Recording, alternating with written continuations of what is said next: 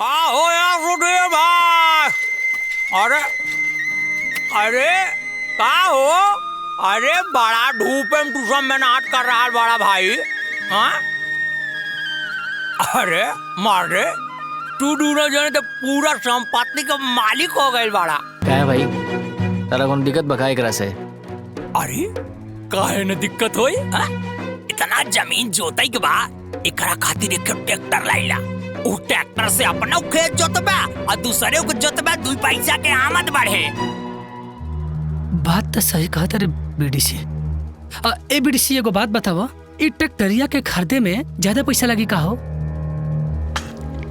एकदम बकचोनहरा याद गया का। आजकल सरकार इतनी सुविधा दिहले बा, अपने बड़का भैया खिसवा मॉर्गेज रख के ट्रैक्टर उठाला और कमा कमा के भर दिया लोग। तार मुंह तो ठीक निखे, लेकिन बात ठीक कहला तू। जिंदगी में पहला बार तू कोनो सेंसिबल बात कइले बड़ा। हम हर बात सेंसिबल कहिले, लेकिन लोग ओकरा के अनसेंसिबल बोझ लेवेला। अच्छा काम कर जा। भैया भले देखे में जैसन होके, बात तो सही कला सा।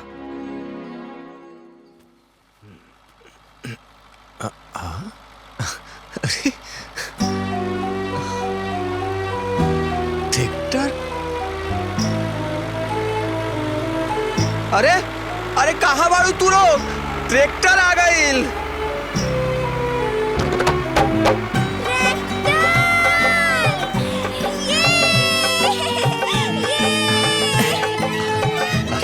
चकाचक भैया एक नंबर।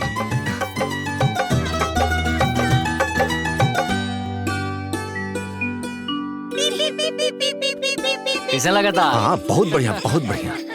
बा बढ़िया ना? अरे भाभी आ गई। बड़ी मम्मी ट्रैक्टर के पूजा करे विंध्याचल चल जाएगी ना? हाँ हाँ काहे ना चलल जाई। ए अभी नीचे उतर सन। ट्रैक्टर का पूजा हुई, नीचे उतर सन।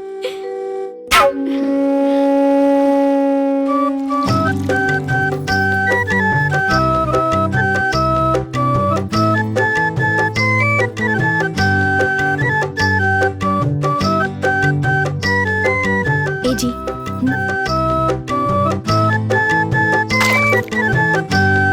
विश्वकर्मा भगवान की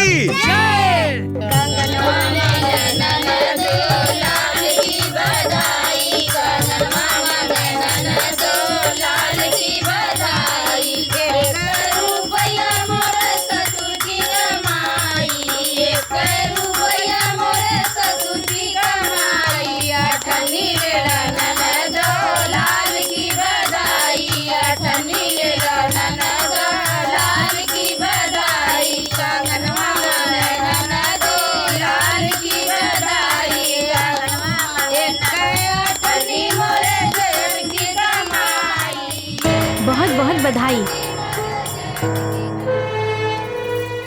ए दुल्हे जॉनी सामान लेके आइल बारू ना, हमरा के दे दा, हम अपना पतो के आचर में डाल। अरे ना चाची, हम इतना दिन के बाद आइल बानी, अपना हाथ से ही दे। कौनो जरूरत नहीं के। अरे कौन कौन जतन ना कईनी, अरे कौन देवी देवता ना पूजनी, कौन कौन जोक टुटका ना कईनी, तब जाके तब पथरे पर दूब जमे के उम्मीद भइल बा। देखा दुल्हीन, बुरा मत मनिहा, बड़ा जब तब कैला के बाद भगवान हमरा के ई दिन दिखैले बड़े, बड़ा पूजा पाठ करवैले बानी। यही से हम नइखी चाहत कि कोनो ऐसन ऐसन मेहरारू के हमरे बतुओं पर छाया पड़े। ऐसन वैसन मतलब? अरे उहे बिना बाल बच्चा के तू तो ऐसने न बाड़ू।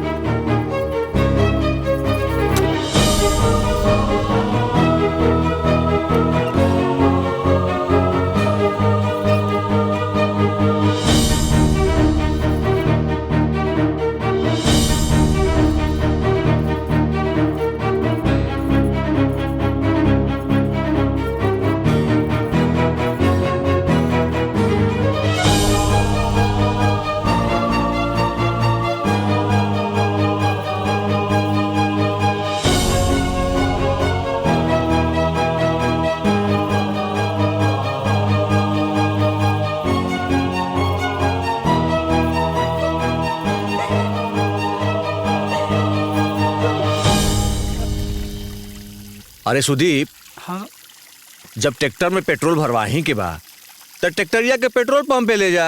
ई कुल कइला के का जरूरत बा? अरे लेकिन भैया साटा तो दूसरा जगह बा ना, तो झूठ-मूठ के पेट्रोल पंप पे ले जाके 5 लीटर तेल जरवाला के का जरूरत बा? अच्छा ठीक बा।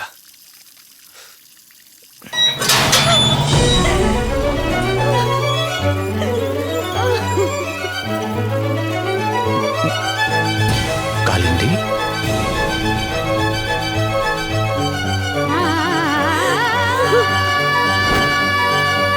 अरे का भाई बोलू? कालिंदी, अरे सुना था। अरे क्या भाई कालिंदी, कुछ तो बोला, कुछ तो बतावा। अरे रोज कहाँ है बाड़ू? कालिंदी, दीदी का हो गई? दीदी का भाई? कालिंदी, हमारी बात तो सुना। अरे दीदी, अरे बताई ना का भाई? ए लड्डू, अब तू ही बतावा, अगर हम बाजी नहीं तो ये में हमार कवन गलती है? हमरा के में तो भगवाने बनवले बड़े ना। हर औरत के माही बने के सपना होला, बाकी ओ सुख हमरा के नहीं के मिलल। एमे हमार कवन दोस्त बा? बोला लड्डू, कवन दोस्त बा हमार? बोला। लोग हमके बाजिन का के ताना मारेलन, हमार दिल दुखावेलन। एक जिम्मेदार के बा लड्डू? बोला लड्डू, के बा? पर उस सरवा का हिम्मत कैसे बेल हमार में आडू के पर ऐसे कुछ बोले के? ए प्रदीप, सुदीप, लाठी निकाला। ऊ सरवा का मुंह हाथ पैर सब तोड़े के बाद चला। राजी ना, हम भाजी नहीं तभी ना लोग कहेलन। अगर लड़े के बाद तो भगवान से लड़ी। लड्डू, तू भी हमार दुख ना समझ ला, हमार तकलीफ महसूस ना कैला ना? काहे लड्डू?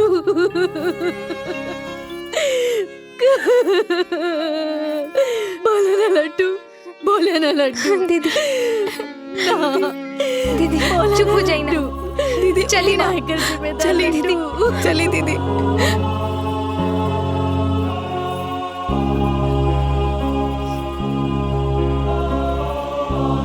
बैठ जाइए। रुकी, रवा खाते चाय लेके आवा। अरे ना, हाँ? मन नहीं खे, हमरा के पानी पिया था। हाँ, रुकी, जा लिया वजह। हाँ।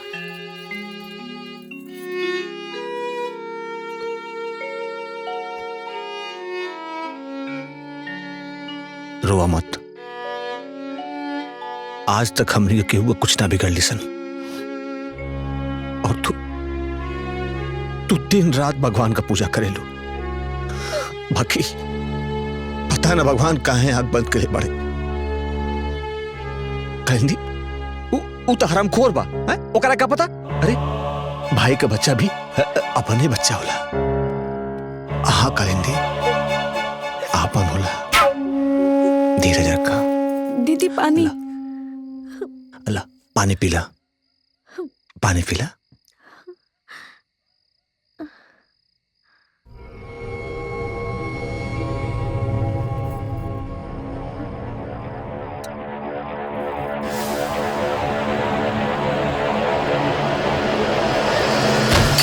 कालिंदी, कालिंदी, दीदी, कालिंदी, कालिंदी, क्या हो गया दीदी?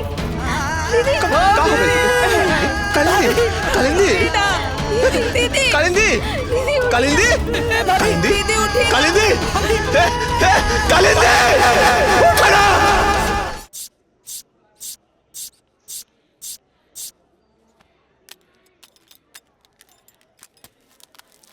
कब से आ रहा है आपको ये चक्कर? ऐसन चक्कर तो आज पहला बेर आयल हो। बीपी तो बिल्कुल नॉर्मल है।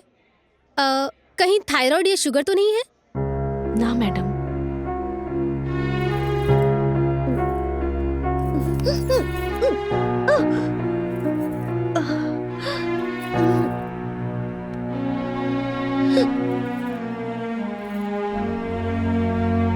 पता ना डॉक्टर, कुछ दिन से ऐसा लगा था जैसे हमार भीतरे में मछली जैसन लागत बा। अच्छा अच्छा, सारे टेस्ट के साथ साथ इनका यूरिन टेस्ट भी कर लेना। ठीक बा मैडम।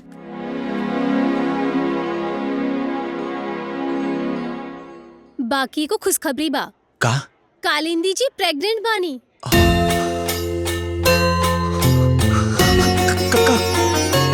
का कहली है मैडम? रउआ बाप बने वाला बानी।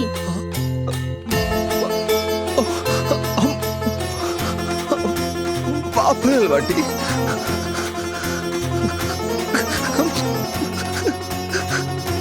बाप बने वाला बाटी।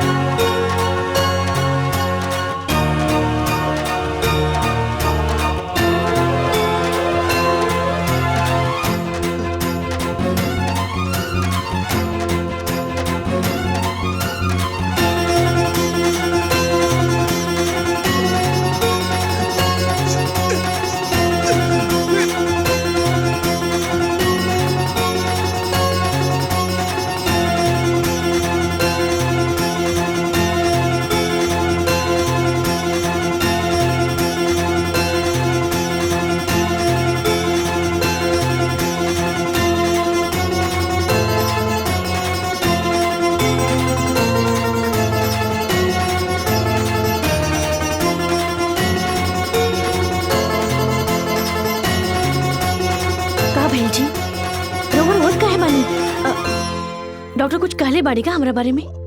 का? तू माई बनोले बाटो। सच? हाँ कालिंदी। डॉक्टर कहली हो?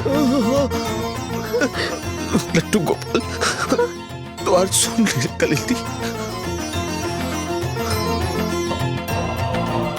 तू माई बनोले बाटे।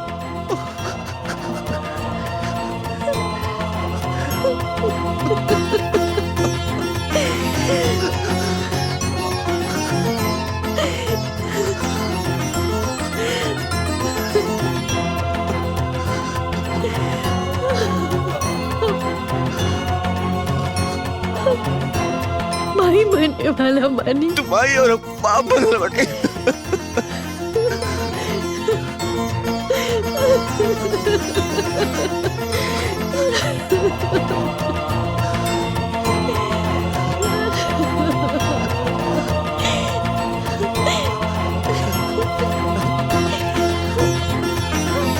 माई बनने वाला। हे भगवान, लड्डू गोपाल के लाख लाख शुक्र हो। तुम्हारे बन गई लो और बाप।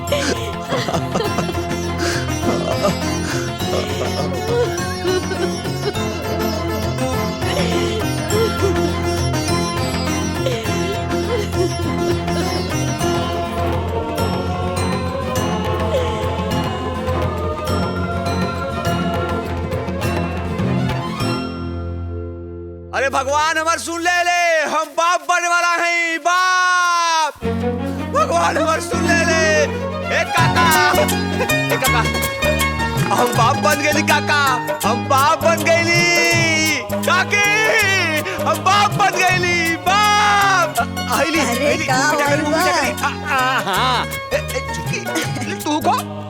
तू को मैं तो बाप बन गया। बा हम बाप बन गए बाप। मिठाई हम बाप बन गए बाप। ए काकी अरे सुन तो। कहुना खुशी में। काकी हम बाप बन गए बाप। खुश रहा खुश रहा। अरे रमेश भैया, अरे हैला वो खला। अरे भैया कैसन मिठाई है? अरे भैया भगवान हमार सुन ले। अरे वाह वाह, खुश रहो बाप बन गई बाप। अरे चाचा लड्डू खाई। लाओ भाई लाओ, भगवान जी जैसे दिए हैं। अरे चाची, अरे हम बाप बन गई बाप, हम बाप बन गई।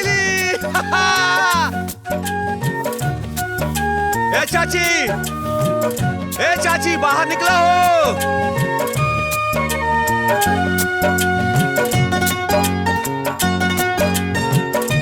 का हो तू लोग ओदी नंबर में हारू के का बोले रहा कि हम मेहरू बाजी लिया। भगवान सुन लेलस। हमार मेहरू के शुभ समाचार बा, हम बाप बनने वाला बाटी बाप। और हाँ, एक बात याद रखिए तू लोग कि जेकर साथे भगवान होला ना ओकर केहू कुछ ना बिगाड़ सकेला। ला मुंह मीठा कर। ला शुगर फ्री बाप। बाप बन गई बाप।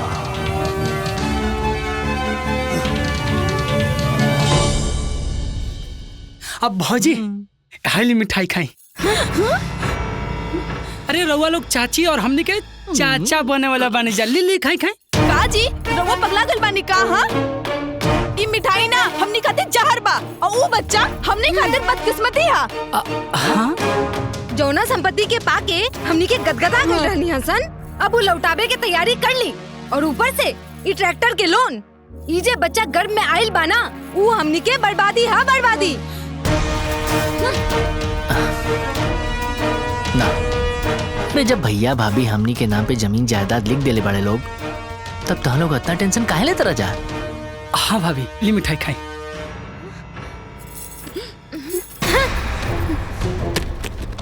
अरे जब वो बाज रहली हा तब न लिख देली हा। अब उनकर आपन बच्चा उनकर जमीन के मालिक बनी है, मालिक।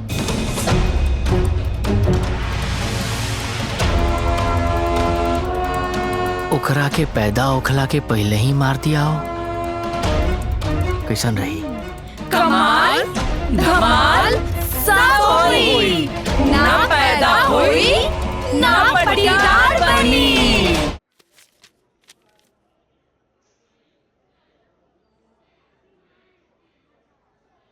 रिपोर्ट तो ठीक बा। रउआ और कोनो परेशानी तो नहीं खे ना? ना ऐसा खास नहीं खे, बाकी कबो कबो उल्टी नियन होला। वो 2-3 महीना तक चलत रही। डॉक्टर मैडम, कौन कौन चीज का विशेष ख्याल रखे के पड़ी? देखिए रउआ के तो पता बा कि प्रेगनेंसी लेट कंसीव भइल बा, तो थोड़ा सावधानी बरते के पड़ी। जी जी जी मैडम, कौन कौन चीज का सावधानी? सावधानी में देखिए हार्ड वर्क तो बिल्कुल नहीं खे करे के, और समय समय पे इनका फल के रस देवे के बा, पानी भी पिलावत रहे के बा जी, और थोड़ा कम चले फिरे के है, ऊपर नीचे कम करे के बा जी। ठीक है? बाकी कोनो दिक्कत हुई तो रउआ फोन कर ले। जी मैडम, नमस्ते। दीदी रउआ खातिर इतना बढ़िया व्यवस्था कर देब ना कि रउआ के यहाँ से कहीं बाहर जाके जरूरत ही ना पड़ी। आ दीदी ई फोटो के हमेशा देखत रहिया ताकि सुंदर लड़का होए। अच्छा सुना ना, हमार लड्डू के कैलेंडर लगवा दी ना लोग यही जा। अरे ए सुदीपा, जो हमरा रूम में ने लड्डू गोपाल के कैलेंडर बा, जो फट से लेके आओ ता। हाँ भैया हम लेके बताने। हाई लेके के जाई जो हम लेके जाए। पगला कहीं। अरे संभाल के। एकदम पगले बा। ए भाभी ठीक लगी नहीं जा? हाँ बहुत बढ़िया लगी।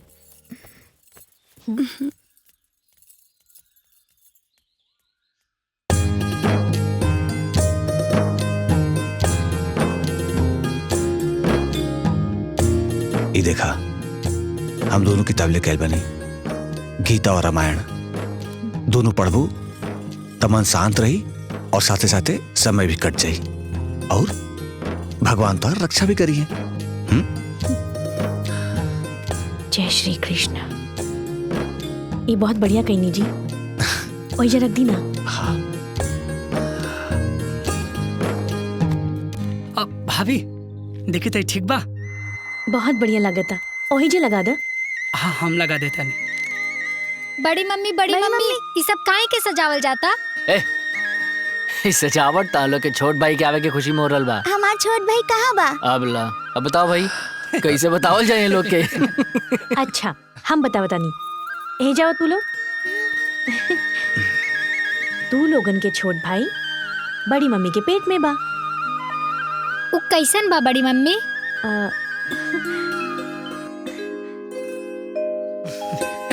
जैसे लड्डू गोपाल ह वैसे बुझाइल।